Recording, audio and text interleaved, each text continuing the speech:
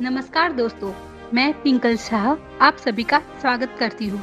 आज मैं आपको हमारे देश का नाम भारत कैसे पड़ा इस विषय में बताने जा रही हूँ। लेकिन इससे पहले मैं आपको मेरे कॉलेज के दिनों की यानी कि लगभग 17-18 सालों पहले की एक बात बताना चाहती हूँ कि एक दिन कॉलेज में हम सभी संस्कृत विषय के स्टूडेंट्स कालिदास रचित नाटक अभिज्ञान शाकुंतलम पढ़ रहे थे। तब हमारे संस्कृत के प्रोफेसर ने हमसे कहा कि इसी शकुंतला और दुष्यंत के पुत्र भरत से हमारे देश का नाम भारत पड़ा है। हम सभी यह जानकर पहले तो बहुत खुश हुए, लेकिन बाद में मैंने ही पूछ लिया कि इस नाटक में यह कौन से श्लोक में लिखा है। तब प्रोफेसर ने कहा कि ना, इस अभिज्ञान शाकुंतलम नाटक में तो नहीं लिखा है, लेकिन महाभारत में शायद लिखा मिलेगा। मैंने घर जाकर महाभारत पढ़ना शुरू किया, लेकिन इस महाकाव्य में तो सिर्फ इतना ही लिखा था कि दुष्यंत पुत्र भरत से मात्र भरत वंश की शुरुआत हुई। हमारे देश का नाम भारत कैसे पड़ा, वह तो महाभारत में भी नहीं लिखा था। मैं बहुत ही जिज्ञासु थी कि आखिरकार हमारे देश का नाम भारत कैसे पड़ा। लेकिन दोस्तों, आज 17-18 सालों बाद मेरे मन में छिपे इस प्रश्न का उत्तर मुझे मिल गया है, जब मेरे हाथ में एक बहुत ही महत्वपूर्ण पुस्तक भारतनामा आई।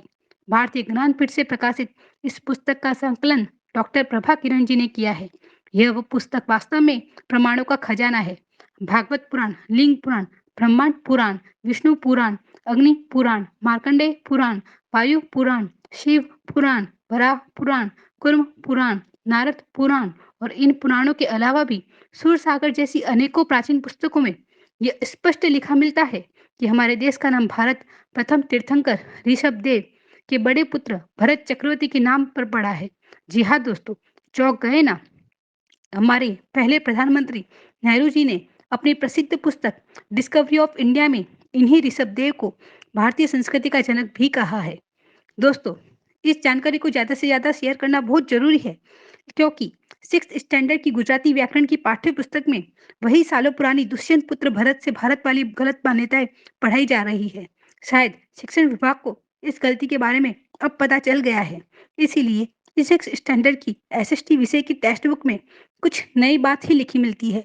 जैसा कि मैंने ऋग्वेद में पढ़ा था कि विश्वामित्र ने भरत लोगों के कल्याण के लिए प्रार्थना की।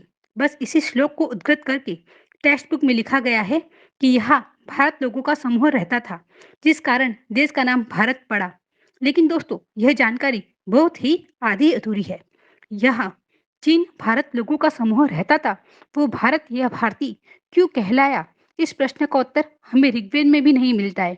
लेकिन अनेकों पुराणों में उपलब्ध साक्ष्य को प्रस्तुत करके पुस्तक भारतनामा ने यह प्रश्न का उत्तर भी दे दिया है कि तीर्थंकर ऋषभ देव के बड़े पुत्र भरत से ही हमारे देश का नाम भारत पड़ा, जिस कारण यहाँ के निवासी भारत या भारती कहलाए गए। दोस्तों, वीडियो पसंद आए तो इसे ज़्यादा से ज़्यादा लाइक और शेयर जरूर कीजिएगा। और दोस्तों, आपसे मेरी एक छोटी सी विनंती भी है कि हमारे देश को इंडिया या हिंदुस्तान नहीं बल्कि भारत कहकर ही बुलाइएगा, क्योंकि ये दोनों नाम तो हमें विदेशियों ने दिए हैं, लेकिन हमारे देश का मूल वास्तविक नाम तो भारत ही है। और पूरे विश्व में एकमात्र हम भारतीय ही है जो हमारे देश के नाम के साथ माता शब्द जोड़कर हमारी मातृभूमि का सम्मान कर जयगान करते हैं। भारत माता की जय, भारत माता की जय, जय भारत।